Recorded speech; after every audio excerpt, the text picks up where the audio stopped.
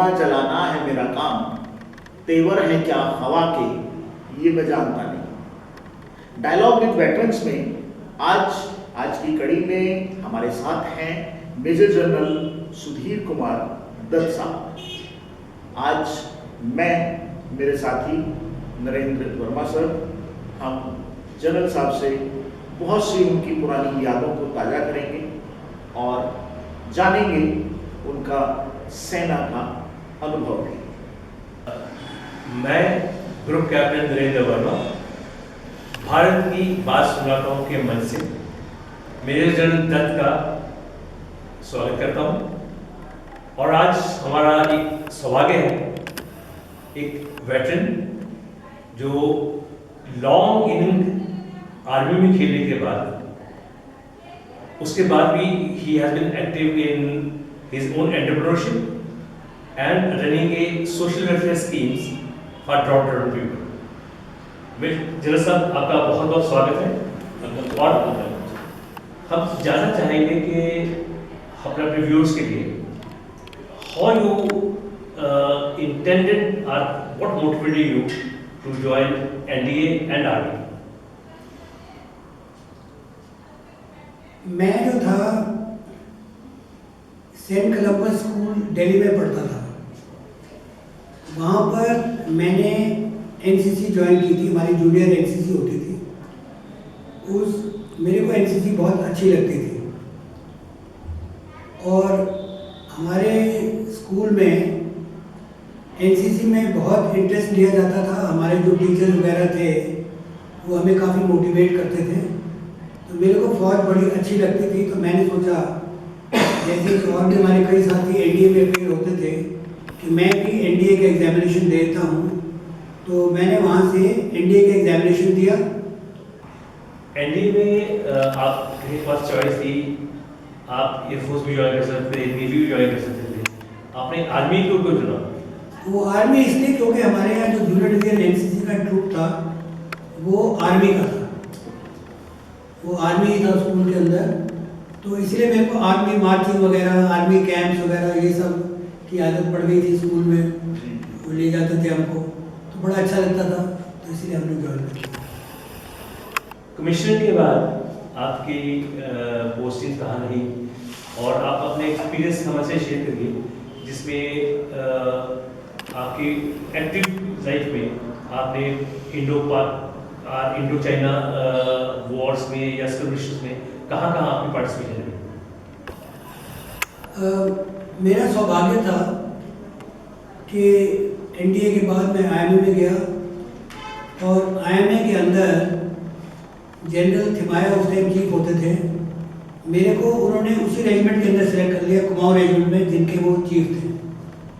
वहाँ हमारी इंटरव्यू वगैरह हुई और उन्होंने मेरे से पूछा तुम कौन सी रेजिमेंट में जाना चाहता है। तो मैंने कहा सर आपके रेजिमेंट में, तो कुमाऊं रेजिमेंट में। तो मेरे को उन्होंने सेलेक्ट कर लिया और मेरे को उन्होंने कुमाऊं रेजिमेंट सबसे सीनियर बटालियन होती थी सेकेंड कुमाऊं, हम लोग सेकेंड कुमाऊं में मेरे को भिजवा दिया। और किस्मत हमारी अच्छी थी कि वो बटालियन उस टाइम जेएनके के अंदर थी, बॉर्डर के ऊपर डिप्लॉयड थी। और मेरे को वहाँ पर जब मैं ट्रक के अंदर चढ़ा और जम्मू के अंदर पठानकोट से हम लोग ट्रक में जाया करते थे 59 में, तो जब मैं जम्मू के अंदर पहुँचा, वहाँ पर बटालियन से उन्होंने मेरे को ऑफिसर भेज दिया मिलने के लिए, और वो ऑफिसर जम्मू का ही था। और वहाँ पर मेरे को लंच टाइम तक हम पहुँचे, वो मेरे को अपने कोई रिश्तेदार थे, वो भी फौज में होते थे, कर्नल साहब, उनके घर ले गया, वहाँ पे खाना वाना खिलाया और मैं रात को उसी ट्रांजिट कैंप में हमको रखा। तो मैं फौज से बहुत ही प्रभावित हुआ, इस बटालियन से बहुत ही प्रभावित हुआ। मैंने कहा देखो, एक नया ऑफिसर आ रहा है, उसको वेलकम करने के लिए उन्होंने एक और ऑफिसर भेज दिया। वहाँ पे क्या होता था, सबाल्टर्न, सीनियर सबाल्टर्न का सिस्टम होता था हमारे टाइम पे। उसको भेज देते थे कि जा तो दूसरे को लेके आ उसको, और रास्ते में गपशप मारते हुए उसने मेरे को बटालियन के बारे में सब कुछ बताया। हम लोग उस टाइम कलसिया बॉर्डर में लगे हुए थे और हमारे सामने पाकिस्तानी होते थे। तो वो लोग जब मैं बटालियन में पहुंचा बहुत खुश हुए कि तू आ गया। उन्होंने मेरे से पूछा कि तू शराब वगैरह पीता है? मैंने कहा नहीं, मैं तो नहीं पीता, हमारे घर में किसी ने नहीं पिया। तो कहते फिर तो बड़ी अच्छी बात है। तो मैं हैरान, मैंने कहा तो मेरे को सबने कहा था कि फौज में तो शराब पीने का ही कहते हैं। तो उन्होंने कहा फिर बहुत अच्छी बात है, तो सामने ऊपर तेरे को हम भेजेंगे विकेट के ऊपर और तू आराम से वहाँ बैठ जाना। तब मेरे को एक बड़ी इंटरेस्टिंग बात याद आई कि मैंने कहा विकेट का मतलब ये है कि तू जाके पाकिस्तान बॉर्डर के ऊपर बैठ जा। और वहाँ जाकर बॉर्डर पे बैठे और होता क्या था सिस्टम कि सेकंड लेफ्टिनेंट को कमांड नहीं देते थे। कमांड उस टाइम हमारे जेसीओ करते थे, सूबेदार साहब जो होते थे प्लेटून कमांडर, वो वहाँ पे कमांड करते थे। तो उनके कमांड के नीचे मेरे को उन्होंने लगा दिया। तो सूबेदार साहब ने बड़ा वेलकम शेलकम किया, आगे साहब बड़ी अच्छी बात है साहब, सबसे पहले तो ये है कि आप आए हो, अपने लिए मोर्चा खोलो। तो मैंने कहा मोर्चा? कहते हैं हाँ साहब मोर्चा खोलना पड़ता है, कल को गोली चलेगी तो आप कहाँ जाओगे? तो मैं अपना पहला सबक फौज का सीखा कि अगर आपने फौज में कामयाब होना है तो जवानों के साथ जो काम जवान कर सकते हैं वो आपको करना पड़ेगा। अगर आप वो काम नहीं करोगे, अफसर की तरह रहोगे तो काम नहीं चलेगा। तो मेरे को सूबेदार साहब, मैं आज भी याद करता हूँ, रामलाल उनका नाम होता था, उन्होंने मेरे को ये सिखाया कि तू वही कर जो वो करते हैं। तो मैंने मोर्चा खोल दिया, क्योंकि हमें एनडीए में तो करवाते ही थे ट्रेनिंग, तो हमने की हुई थी, कोई मुश्किल तो नहीं था काम। बट सिर्फ जो वो अफसर की शान होती है ना, वो उन्होंने ज़मीन में मिला दी मेरे को पहले दिन ये बोल के कि तू वैसे ही कर जैसे वो करते थे। इसी प्रकार लोग बड़ी बड़ी बातें करते थे ऑफिसर्स मैस वगैरह की। जब आपको पिकेट पे बिठा दिया तो लंगर में जो खाना खाते हैं जवान वही खाओगे, तो मैस से तो खाना आएगा नहीं। तो आपको, मेरे को एक चीज़ समझ आ गई फौज ज्वाइन करने के बाद कि तू अगर सिपाही के तौर पे रह सकता है, इनके साथ घुल मिल लेता है, तो तू कामयाब हो जाएगा, नहीं तो नहीं होगा। तो ये सबक मैंने ज़िंदगी में बांध दिया। और मेरी किस्मत अच्छी थी कि उसी सेकेंड बटालियन जिसको मैंने ज्वाइन किया सेकेंड लेफ्टिनेंट, मेरे को कमांड भी उसी की मिली। और उसका कारण भी यही था कि जब मेरे कमांड का समय आया, general Raina chief of army staff होते थे, तो मैं ऑफिशिएटिंग सीओ कर रहा था और सेंटर में हमारी रीयूनियन होती थी हर 4 साल। वहाँ पे हम गए, तो रीयूनियन के अंदर जब हम गए तो वहाँ पर मेरा बेटा भी मेरे साथ था, मेरा एक बेटा और एक बेटी है, 2 है। तो ऐसे ही जनरल साहब ने बेटे से पूछा कि तू अपने, मैं अप्रूव था उस टाइम पे भी, तो लेफ्टिनेंट कर्नल के लिए कमांड मिलती थी लेफ्टिनेंट कर्नल को, मैं अप्रूव था कमांड के लिए। उन्होंने पूछा तू कौन सी बटालियन में जाना चाहता है? तो मेरे बेटे ने कहा सारी उम्र मेरा बाप सेकंड में रहा है, सेकंड में जाना चाहिए। तो जनरल साहब हंसने लग गए। तो था क्या कि उनका जो एमए था वो मेरे से सीनियर था तो हमारे बैच का ही, लेकिन वो एमए ने एकदम कह दिया sir I have no objection to him getting command of his battalion. वो मेरा दोस्त था। और मैंने रियलाइज़ किया फौज में कि अगर आप रिलेशनशिप अच्छी रखते हो तो आप कामयाबी पा सकते हो। क्योंकि मेरी रिलेशनशिप उसके साथ बहुत अच्छी होती थी, हम दोस्त थे, मतलब कपे शपे मारना वारना। उन्होंने कहा सर कोई बात नहीं, मैं आईसी नंबर में सीनियर हूँ, तो इसको आप पहले भी दे दो कि मेरे को कोई ऑब्जेक्शन नहीं। उन्होंने तू तो मेरे साथ है ना, तेरे को टाइम लगेगा। हाँ, चला गया। मेरा दिल्ली से ऑर्डर कर दिया कि भाई कमांड में चले जाओ। और उसके बाद मेरे को मौका मिला कमांड के टाइम पर जाने के लिए नागालैंड। तो मैंने बटालियन जो थी अपनी नागालैंड में कमांड, और नागालैंड में हम लोग जो थे ऑपरेशंस कर रहे थे विदय चकसेन गैंग। आप सब जानते होंगे विदय चकसेन गैंग जो थी 300 आदमियों के साथ ये चाइना जाने की कोशिश कर रहा था। और 8 माउंटेन डिवीजन जो जनरल रावत के नीचे थी, उनको ऑर्डर मिला था कि इनको आपने रोकना है। तो सबसे इंटरेस्टिंग चीज़ ये थी कि मेरी बटालियन जो थी, इसको इन्होंने, हम लोग लखनऊ में होते थे, हमको एकदम मूव किया वहाँ से नागालैंड में कि इसको तुम लेके जाओ। वहाँ पहुँचे और हमने कभी हेलीकॉप्टर से उतरने की ट्रेनिंग नहीं की हुई थी, क्योंकि हेलीकॉप्टर्स को ट्रूप्स को उतारना और नीचे करना ये लोग इतना तेज़ी के साथ चाहते थे गैंग को रोकने के लिए। उन्होंने कहा एडम तुम्हारी होती रहेगी, तू लेके पॉइंट। कॉन्फिडेंस था मतलब चीफ को, तो उसने बटालियन को ऑर्डर कर दिया था कि भेजो इनको। और हम लोग गए वहाँ पे, हेलीकॉप्टर्स के स्क्वाड्रन में पहुँचे। वहाँ पे पायलट्स बहुत अच्छे थे।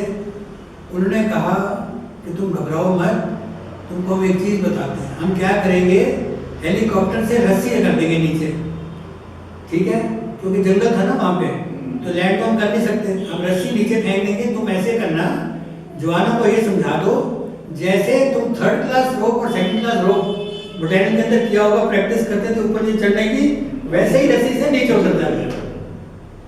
मैं कभी नहीं उन एयरफोर्स के ऑफिसर्स को भूलता। इतने प्यार से मतलब उन्होंने हम लोगों को ये बात समझाई कि कोई घबराने की बात नहीं। कहते हमारे हेलीकॉप्टर जो है स्टडी रहेंगे ऊपर, और आप अपने सब जवानों को अच्छी तरह समझा दो यहाँ पर, क्योंकि टाइम तो था नहीं। तो मैंने सारे जवानों से लेक्चर दिया, बात किया, जाके कंपनी वार सब चीज़ कर करा के उनको मोटिवेट कर दिया। मैंने कहा ऐसे आपने करना है, ठीक है साहब, कोई बात नहीं, चलो। और हमको ले गए, हेलीकॉप्टर से उतार दिया और सक्सेसफुली हम लोग उतर गए और एम्बुश में लग गए। और उन ऑपरेशन के अंदर, मतलब वो ऑपरेशन अभी रिकॉर्ड भी है आर्मी के एनल्स के अंदर, कि हम लोग कामयाब हो गए। विलेज चकिसन गैंग को हमने रोक लिया। तो उसमें 2 BSF मिले, मेरे को और एक मेरे कंपनी कमांडर को। और वहाँ पर सेना मेडल मिला हमारे एक सिपाही को, मतलब जिसने भी हमारे साथ वहाँ पे था। तो 3 उन्होंने DOC साहब ने हम लोगों को अवार्ड करवाए वहाँ पर, और हमारी बटालियन वहाँ पे कामयाब हो गई।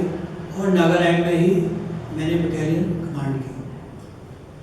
फिर नागालैंड के बाद मेरी बटालियन को ऑर्डर मिला जाने के लिए सेला सेक्टर के अंदर, बोंडीला सेक्टर के अंदर।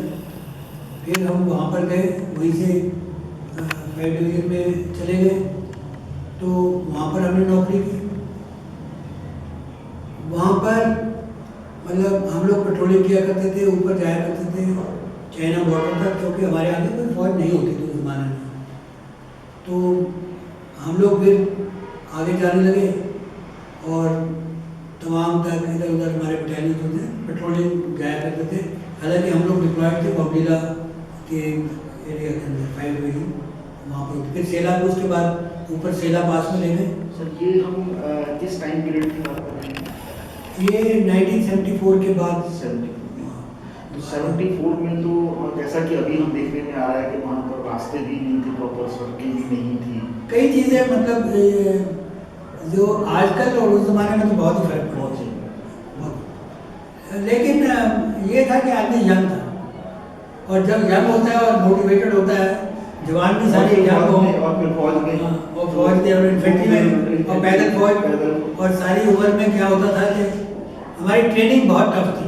मतलब इंडिया के अंदर भी कोई भाईबंदी नहीं होती थी, बहुत टफ ट्रेनिंग थी। हमारा कोई फौज में पहले था ही नहीं कि कोई आपको मदद करता, किसी किस्म का तो था नहीं ऐसा सवाल।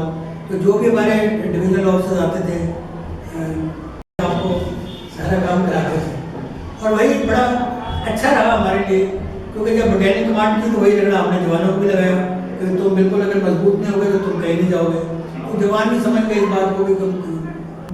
तो मतलब कोई उस ज़माने में ये नहीं होता था कि शान शौकत जैसे आजकल इतने बढ़िया सेरेमोनियल ड्रेसेस और ये सब चीज़ें वगैरह की तरफ। उस टाइम तो डांडियों में मतलब ये होता था सिंपल काम, और हथियार भी हमारे पास उस टाइम के वेपन, उस टाइम की वेपन चलाने होते थे, वो भी सब फर्क हो गया। बहुत चेंज आ गया। तो मतलब सारा काफ़ी सिंप्लीफाइड काम था। अभी जैसे देखिए कि अभी भी आपके फ्रेंड्स उस एरिया में होंगे, या फिर जूनियर्स उस एरिया में पोस्टेड होंगे, तो आपका यू मस्ट बी रियलाइजिंग कि वहाँ का इंफ्रास्ट्रक्चर अभी तो इतना अच्छा हो गया है।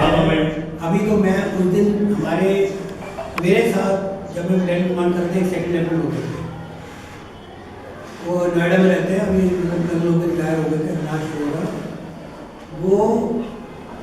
मतलब उनके जो फादर लॉ थे वो ब्रिगेडियर चौक थे, तो उनके नाम पर इन्होंने आजकल फूड ब्रेक वगैरह कई चीज़ें बनाई हैं और वहाँ पे रेस्ट हाउस वगैरह। तो उनको स्पेशल इन्विटेशन दिया आर्मी वालों ने कि आप आइए। वो वहाँ पर गए, वो मेरे को बता रहे थे, उस दिन मिले थे, नोएडा में रहते, कि इतनी इंफ्रास्ट्रक्चर इम्प्रूवमेंट हो गई है। तमाम तक गए, क्या बढ़िया सड़कें बन गई हैं, क्या ज़्यादा फैसिलिटीज बन गए हैं, क्या अच्छे रहने के बैरक्स बन गए हैं, आजकल प्रीफैब हट्स वगैरह ऐसी चीज़ें आ गई हैं। तो पूरा इलाका ही चेंज हो गया। उस ज़माने में हमारी लाइफ लाइन होती थी, हम डीफा के अंदर नौकरी करते थे, एयरफोर्स में हमारे कई कोर्स में दोस्त होते थे, तो वो बता देते थे कि मैं उस दिन हेलीकॉप्टर लेके बोमडीला आ रहा हूँ, अपना छुट्टी जा रहा हूँ, प्लान कर लेते तो बड़ा अच्छा होता था, मतलब कि वो स्क्वाड लीडर माथुर वगैरह ये कई लोग होते थे हमारे, तो ये लोग आते थे वहाँ पर, तो हम लोगों को नीचे तेजपुर और तेजपुर से दिल्ली तक, मतलब इनका कोरियर चलता था उस जमाने में। आजकल तो पता नहीं, तो मतलब वो कोरियर चलता था हमारा। तो बेचारे इतने अच्छे थे हमारे साथ कि भी, क्योंकि एनडीए की दोस्ती थी तो वो चलती आई, मतलब हमारी के वो उसके बाद हमको सीधा वहाँ पर दिल्ली एयरपोर्ट पे छोड़ देते थे। जनरल साहब ने बात की कि नॉन ड्रिंकिंग होने के कारण इनको पिकेट पे ड्यूटी देती थी। I have similar experience, I being a non drinker, तो I was air traffic control officer, जिसमें virtually I am make crossing happened on fighter stations. तो फाइटर स्टेशन में फ्लाइंग जल्दी शुरू हो जाती है, मॉर्निंग 5 बजे शुरू हो जाती है, उसके बाद फ्लाइंग एक्टिविटी शुरू हो जाती है। तो जब भी हमारी एयर ट्रैफिक यूनिट की पार्टी होती थी विच कैरिड आउट लॉन्ग, तो जिसकी भी ड्यूटी होती थी वो पहले भी बोलता था सर प्लीज सर। तो virtually it was unknown fact, her party के बाद अर्ली मॉर्निंग ड्यूटी में भी जाता है। तो this is a part of life, जैसे आपके साथ हुआ तो मेरे साथ हमेशा होता रहा। Very nice, good experience. अच्छा सर, अभी जैसे आपने बताया कि आप नागालैंड में एक मिलिट्री ग्रुप को कवर करने के लिए, रोकने के लिए आप लोग पूरी अपनी बटालियन के साथ थे वहाँ पर। सो मेरा सवाल यहाँ ये है कि एक क्रिमिनल और एक मिलिटेंट, दोनों में आप क्या फर्क है? देखिए, जो क्रिमिनल होता है he commits a crime for purposes of number 1 getting money, Right. number 2, and he has got enmity against somebody, and number 3, that by nature he becomes someone who does wrong things, so that becomes he is a criminal. Whereas a militant is somebody who is a highly motivated individual for a cause. Now the cause can be, like in Nagaland, they wanted a free Nagaland, an independent Nagaland. Now that was their cause. Now the Indian government could not afford to give a free Nagaland, because if you allow one state, any state can keep asking. So Nagaland, these people are getting support from Burma, now Myanmar, as well as from China. So the gang would go from there to China through Myanmar.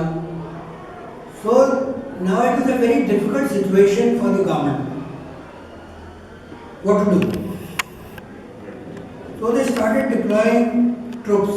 First peacekeeping, then it carried on in formations. Ultimately they put an entire division. The division became an enlarged division. I mean, it was strength of a corps, now it has become. And just to prevent these people from going to Nagaland. Second thing was, these militants were so motivated that they would come and attack us wherever we were in our posts. Let not the army and the air force, who were the key participants in battles there, operate. So whether it was the helipads where our air force was operating, we had to guard those, or it was the posts which were there, because all helipads around that only we built the posts, because helipad was the lifeline at that time or even our supplies. Because when we were far away from the no road, nothing, how do you get your rations? So the helicopter pilot would help us with this also. And also the Air Force would come and drop rations by air. At that time at designated landing grounds, I mean we used to call them ALGs, Advanced Landing Ground, where it was fixed up at certain time, they would inform us, we would drop. So that we would guard the entire area where the ration would be dropped from the air and people would pick them up at that time. So the country could not afford to let the ration fall in the hands of Nagas. So the army was deployed. And infantry is a principal weapon which is available to the armed forces for this purpose. I mean, you can't have other troops doing this because the other troops are all specialized in some role. So infantry's role was this, and I being an infantryman, and they're also from Kumaon regiment, we are Pahadis, basically. Kumaon are troops from the Kumaon region, mostly. So they were actually sent to these areas because they were physically fit, they had been living in mountains all their lives, and the army could expect anything from them. And the troops always bear up because they are used to this sort of a difficult life. Even in their own villages, life is not too easy. At that time, the beautiful roads which you see in Uttarakhand today were not there. आप army में lieutenant से शुरू करके major general retire हुए। इस पूरी journey के अंदर ये पूरा आपका इतना लंबा टाइम पीरियड रहा रिटायरमेंट तक, क्या आपको लगता है सर कि जो आर्मी का ट्रेनिंग पार्ट है या जो एक सैनिक को हम ट्रेन करते हैं उसका कुछ पार्ट हमारे एजुकेशन सिस्टम में होना चाहिए? मैं तो आपके साथ पूरा सहमत होना चाहिए, क्योंकि अगर देखा जाए जिस वक्त हम स्कूल या कॉलेज के अंदर होते हैं, अगर हम उस टाइम पर से ही सभी लोग मोटिवेशन शुरू कर दें तो ये देश के लिए बहुत अच्छा होगा। इनफैक्ट जो आजकल गवर्नमेंट ने किया है, एनसीसी को बहुत बढ़ावा दे दिया है। आई मीन पता नहीं कितने लाख पहुंच गई है, मेरे पास फिगर याद नहीं है। It's a very credible thing because मैं खुद एडिशनल डायरेक्टर जनरल रह चुका हूँ एनसीसी के अंदर, मेरे को उन्होंने भेजा था और हमारा काम ये होता था कॉलेज में जाके लोग मोटिवेट करते थे कि आप एनसीसी ज्वाइन करो, आप ये करो, क्योंकि हमने देखा था कि अगर यूथ हमारा मोटिवेट हो जाता है, वेदर बॉयज और girls, they come out to be better countrymen. So now everybody could not join the army at that time. So the only other option was NCC. Army wing, Air Force wing, Navy wing, सारे हमारे चलते थे और हम सभी के लिए additional directors and locals we were motivating in all people to join any wing. The aim was वहाँ से बहुत से लोग फौज में जाने लगते थे. So that by itself I think is an excellent idea to motivate maximum youths, and ये जो National Cadet Corps is a great organization from that point of view of motivation. अगर आप ऊपर रिपब्लिक डे परेड को देखते हो, आप जब 26 जनवरी में करते हैं, दिल हमारा एकदम खुश हो जाता है उनको देख के, उन यूथ को. So you are really motivated to see them, and I think it's a brilliant idea if the government expands it further, because you can't make everybody join the armed forces. It is not possible. In our country, it is employment to everybody. But going through NCC, if they are all motivated, they may not join the armed forces, but they will be better citizens of the country. Another thing is, when you join your industry or you join your work, you will find an NCC cadet is better disciplined than a normal person. When you go to universities, when you go to other places, the children who have been through NCC or part of NCC, they will stand out. And if they stand out physically, morally also they are strong. In their examinations also they do well. I mean, if you see in the newspaper, it is also today there. I was 14th in order of merit in the entire country when I went for NDA, in the NDA examination. Because I was motivated. I was an NCC cadet. फौज में जाना ही है, उसके लिए तैयारी करनी है. So that sort of a thing, NCC motivates you. So it's good for the army also. They will get material which is suitable for who really want to join out of their heart.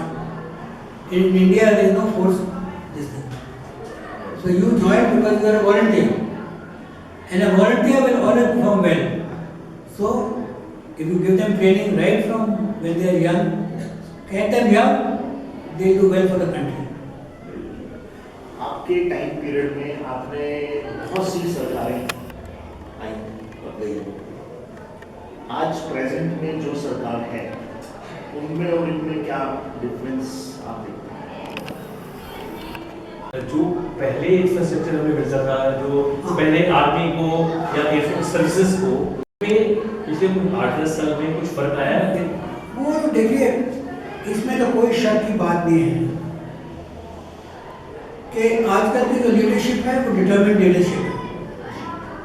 और determined leadership जहाँ पर होती है, जो उन्होंने आत्मनिर्भर भारत का programme शुरू किया है, खासतौर पर डिफेंस सेक्टर के अंदर, मैं तो मानता हूँ ये बहुत ही अच्छा प्रोग्राम है। क्योंकि इस प्रोग्राम से क्या हुआ है कि बहुत सी प्राइवेट इंडस्ट्री जो है वो जुड़ गई है। अब आप इमेजिन करिए, कभी हमने ऐसा सोचा भी नहीं था कि हिंदुस्तान बड़े बड़े हवाई जहाज बनाएगा। अभी उसी दिन आप सबने देखा होगा एरो एग्जीबिशन हुआ। एरो एग्जीबिशन के अंदर उन्होंने दिखा दिया कि वो मादा है हमारे देश के अंदर कि हम कुछ भी कर सकते हैं। इसी प्रकार कुछ दिन पहले INS विक्रांत शिप को कमीशन किया, वो भी साबित करता है कि हम कुछ भी कर सकते हैं। इसी प्रकार आपने देखा होगा कि माउंटेन्स के ऊपर लद्दाख में हमारे देश ने टैंक्स को पहुंचा दिया। पुराने ज़माने में हमारे टाइम में कोई सोचता नहीं था कि पहाड़ों में टैंक काम करें। तो अगर हिंदुस्तान के बने हुए टैंक ऑपरेट कर सकते हैं लेह लद्दाख के अंदर, तो आप समझ सकते हैं कि भारतवर्ष कहाँ से कहाँ पहुँच गया है। तो ये एक बड़ी क्रेडिबल चीज़ है।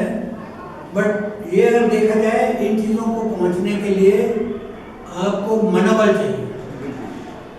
अगर आपका मनोबल स्ट्रॉन्ग है तो सब काम हो जाता है।